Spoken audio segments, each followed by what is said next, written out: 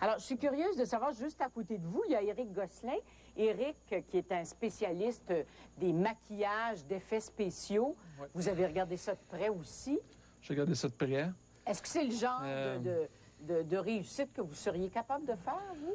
Oui, sans vouloir me lancer de fleurs, je pense que ce serait un contrat très facile. Si quelqu'un m'approchait, exemple Michel Poulette, m'approcherait pour faire ça pour un film, premièrement, je me dirais oui, c'est très facile de faire ça beaucoup plus beau que ça. Premièrement, beaucoup plus vivant, même si on parle d'un cadavre que ça.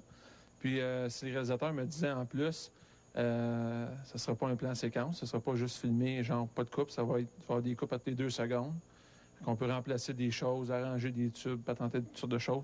Puis qu'on va t'aider en plus en mettant des flous comme ça, puis des mouvements comme ça. Je pourrais faire ça probablement avec une main dans le dos. Vous avez fait des choses qui se rapprochaient de ça déjà? Oui, on a fait des choses comme des ça. Des autopsies? Oui, sur Screamers, entre autres, le film qui est sorti dernièrement, qu'on a fait, ça fait quand même 15 mois. Il y a beaucoup de corps, c'est ça, ça en est un exemple. Un corps humain qui, en passant, est beaucoup plus difficile de faire un humain.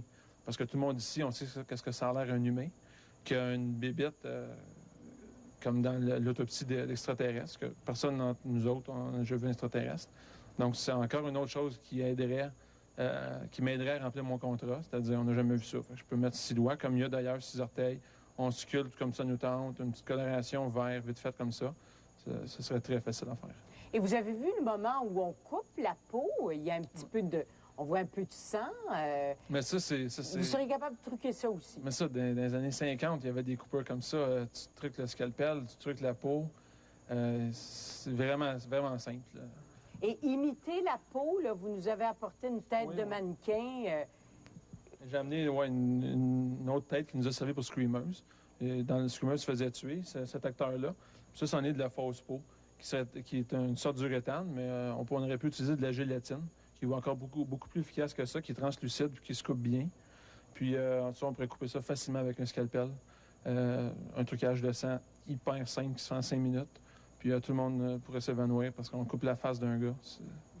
C'est vraiment pas impressionnant. Vraiment pas impressionnant. Je serais curieuse de savoir qu'est-ce que Christian Page pense de tout ça, parce que vous avez, fait beaucoup de recherches. Vous avez appelé les gens de Kodak. Bon, alors, ici, là, on a affaire à 2 personnes qui disent non, on serait capable d'en faire autant. Moi, je répondrais à ça que les opinions de monsieur sont de l'autre côté contrebalancées par d'autres opinions. C'est-à-dire que dans le domaine du cinéma, on pourrait trouver aussi d'autres gens dans le milieu du cinéma qui